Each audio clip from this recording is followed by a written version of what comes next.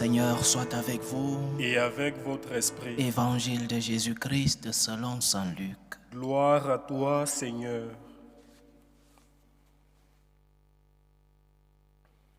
En ce temps-là, Jésus se rendit dans une ville appelée Naïm. Ses disciples faisaient route avec lui, ainsi qu'une grande foule. Il arrivait près de la porte de la ville au moment où l'on emportait un mort pour l'enterrer. C'était un fils unique et sa mère était veuve. Une foule importante de la ville accompagnait cette femme. Voyant celle-ci, le Seigneur fut saisi de compassion pour elle et lui dit « Ne pleure pas ». Il s'approcha et toucha le cercueil. Les porteurs s'arrêtèrent et Jésus dit « Jeune homme, je te l'ordonne, lève-toi ». Alors le mort se redressa et se mit à pleurer. Alors le mort se redressa et se mit à parler, et Jésus le rendit à sa mère. La crainte s'empara de tous, et ils rendaient gloire à Dieu en disant « Un grand prophète s'est levé parmi nous, et Dieu a visité son peuple. » Et cette parole sur Jésus se répandit dans la Judée entière et dans toute la région.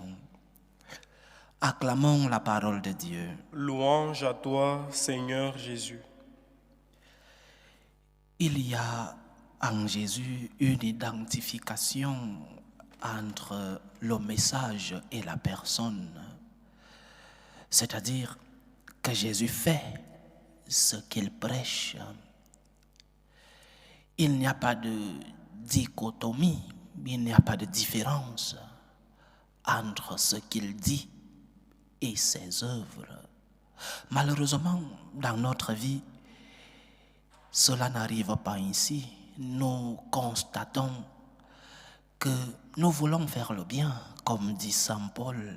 Le bien que nous voulons faire, nous ne le faisons pas. Nous faisons le mal que nous ne voulons pas faire. C'est la conséquence du péché originel, cette épine que nous avons dans la chair. Et beaucoup de fois, nous expérimentons que malgré notre volonté de faire le bien, nous faisons le mal. Malgré notre volonté d'éviter le mal, nous faisons le bien. Donc, en Jésus, il n'y a pas de dichotomie entre la volonté et les actes. Je veux faire le bien et je le fais. Mais en nous, oui. Mais cependant, pour nous, le Christ est notre modèle. Et donc, nous devons aspirer à vivre comme il a vécu.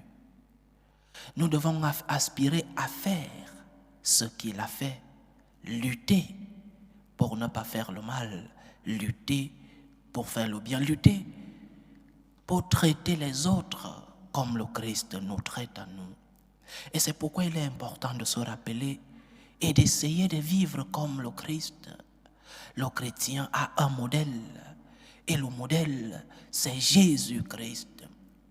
L'incarnation a aussi cet enseignement. Nous avons vu, nous avons touché, nous avons vécu avec le Seigneur. Il nous a montré. Nous ne croyons pas en un Dieu qui nous a envoyé un message depuis le ciel. Nous croyons en un Dieu qui nous a enseigné, avec lequel nous avons passé des moments sur la terre, avec lequel ce Dieu, nous avons vécu dans les ces bons moments et dans ces mauvais moments. Donc, le chrétien est appelé à vivre à l'exemple du Christ.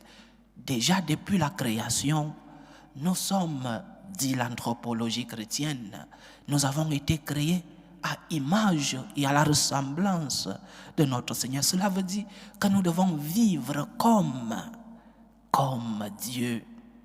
Alors le Christ est venu nous enseigner comment l'homme doit vivre et comment l'homme peut imiter le mode de vie de Dieu. Nous devons faire le bien comme le Christ le fait pour nous. Il est important de se rappeler que nous avons un modèle. Et que ce modèle, nous devons vivre à imitation. Dieu m'aime et je dois aimer. Dieu aime en premier et Dieu aime le premier. L'évangile d'aujourd'hui nous rappelle comment le Christ prend l'initiative. Il a vu le besoin. Une femme veuve a perdu son fils unique.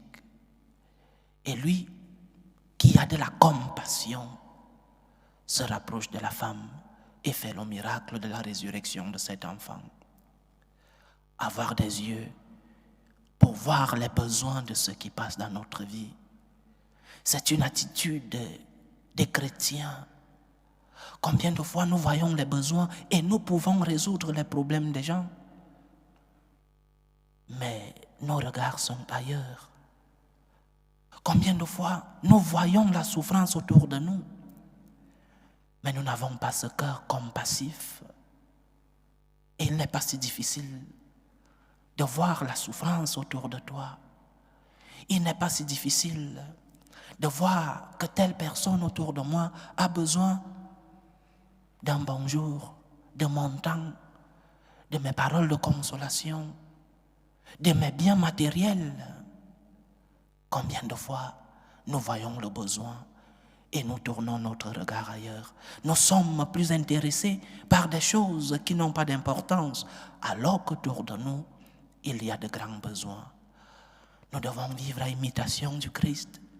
Le Christ a aimé en premier. Il n'a pas attendu, dans ce cas, il n'a pas attendu qu'on lui demande de l'aide. Il a vu le besoin et il a fait le miracle. Beaucoup de fois, nous attendons les supplications des autres. Beaucoup de fois, nous attendons que les autres marchent derrière nous, à nos pieds, pour que nous fassions le bien. Et en le faisant, nous le faisons pas avec la motivation chrétienne, mais avec la motivation du monde, c'est-à-dire j'aide parce que j'attends un intérêt. Le Christ nous enseigne aujourd'hui que nous devons prendre l'initiative en amour. Parce que nous avons des yeux ouverts, parce que le Seigneur nous a donné des yeux pour découvrir les besoins autour de nous. Tu dois être l'instrument de l'amour du Seigneur autour de toi. Tu dois être les yeux du Christ autour de toi. Tu dois être la main du Christ dans le monde où tu vis. Si nous fermons les yeux et nous ne découvrons pas les besoins des autres, quand notre heure arrivera, les autres tourneront aussi les yeux, ils tourneront leur regard et ne s'occuperont pas de nous, comme le Christ. Formons nos cœurs dans la compassion et dans l'amour, comme le Christ, enlevons à nous, arrachons de nous ces cœurs de pierre et transformons-les en cœurs de chair. Compassion. Tu as des yeux pour voir les besoins et tu peux résoudre. C'est même pire. Parce que parfois nous voyons et nous n'avons pas des moyens pour résoudre les problèmes des autres.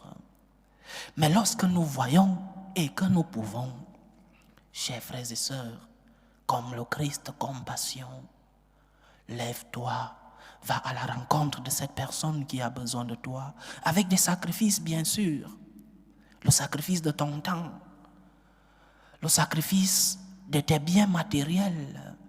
Il y a quelques jours, je causais avec une fondatrice et d'une association, une fondation d'aide aux enfants déscolarisés. Et cette dame me disait, mon père, cette année c'est difficile, nous n'avons pas reçu assez de moyens pour gérer tous les enfants qui sont avec nous et beaucoup d'autres qui frappent à notre porte. Et je lui demandais, mais est-ce qu'autour de toi là, il n'y a pas de personnes chez qui tu peux aller? Dit mon père, ma fondation, je l'ai créée pas pour aller demander, mais pour que les gens aient des yeux pour voir les besoins des autres. Quel enseignement! Nous avons des personnes qui souffrent autour de nous, mais parfois nous sommes dans notre monde, parfois nous sommes dans notre bulle, parfois nous vivons comme si nous étions seuls dans le monde. Lève les yeux, mais transforme ton cœur, parce qu'avant de lever les yeux, Lève les yeux de ton cœur d'abord pour découvrir et prendre l'initiative. N'attends pas qu'on te demande de l'aide alors que tu vois qu'il y a un besoin. Et cela, dans l'échelle, dans une grande échelle, mais aussi dans une petite échelle. Par exemple, à la maison, tu vois les besoins de la maison. Tu es un enfant à la maison. Ne vois-tu pas qu'il y a quelque chose à faire? Ne vois-tu pas qu'il faut faire le ménage, la vaisselle? Ne vois-tu pas que tes parents sont fatigués et que tu dois donner un coup de main? Tu attends qu'on te le dise. Le Seigneur nous enseigne de transformer nos cœurs de pierre en cœurs de chair. Compassion. Prends l'initiative dans l'amour. Aime en premier comme le Christ.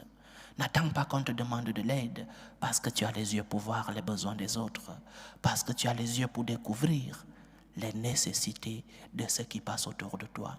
Que le Seigneur transforme nos cœurs, que nous puissions avoir des yeux du cœur, mais des yeux physiques, et découvrir les besoins des autres et nous mettre à l'œuvre. Que notre volonté s'identifie à nos actes, que nous ne disions pas seulement « je veux faire le bien », mais que nous fassions le bien que nous pouvons faire. Que le Seigneur fasse de nous des chrétiens avec des cœurs de compassion. Que le Seigneur nous aide à aimer comme il nous a aimés. Loué soit Jésus-Christ. À jamais.